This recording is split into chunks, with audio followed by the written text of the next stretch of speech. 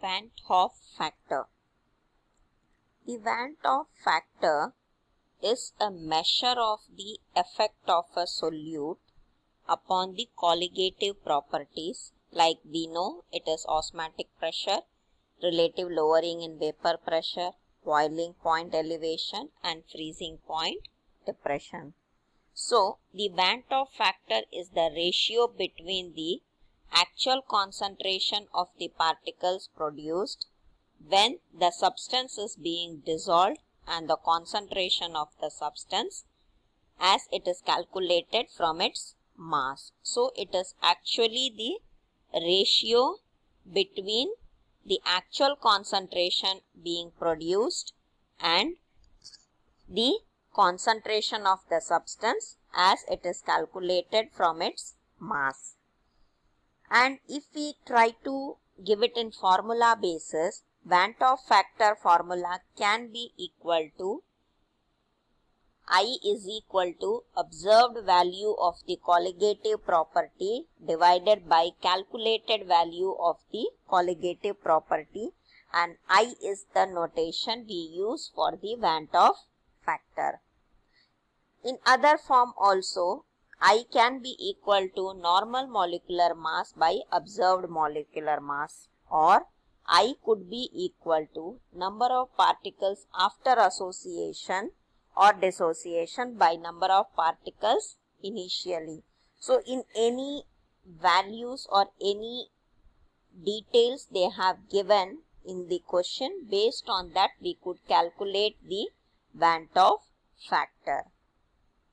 So, the Van 't Hoff formula, if we want to use or we want to calculate, the relation that is basically being used is I is equal to 1 plus alpha into n minus 1, where alpha is the fraction of solute particles that dissociate in n number of ions.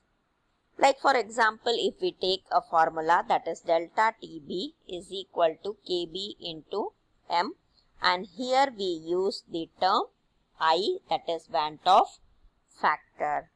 Or if we want to say in delta TF, it is IKF into M, or pi is equal to ICRT.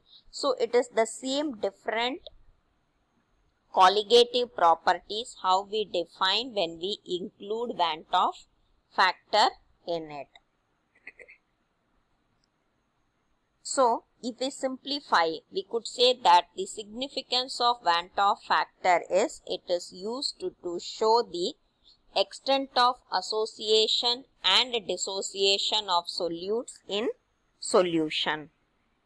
So, using the Van 't Hoff factor, the colligative properties, each colligative properties are being modified in different form. Like relative lowering of vapor pressure could be equal to PA naught minus P by PA naught is equal to I into X and B by I into X and B plus NA. So, we have included the Van 't Hoff factor here. And the other formulas like the elevation of boiling point, it is delta TB is equal to I into KB into M. If we say about depression in freezing point, it could be equal to delta TF is equal to IKF into M. And the osmotic pressure formula, generally it is pi is equal to CRT. But if we include the Van 't Hoff factor, it becomes pi is equal to ICRT. So, we could change, or the formula of the colligative properties could be modified based on the Van 't Hoff factor.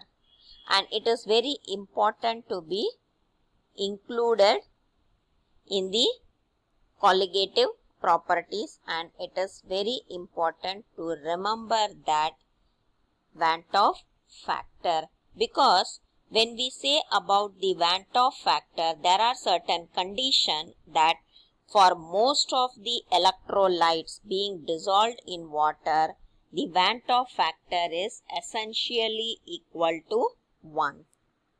And the examples of the non-electrolytes, we could say that it is equal to, it can include sucrose, glucose, sugars and fats. For most ionic compounds which is dissolved in water, the Van't Hoff factor is equal to the number of discrete ions in a formula unit of the substance.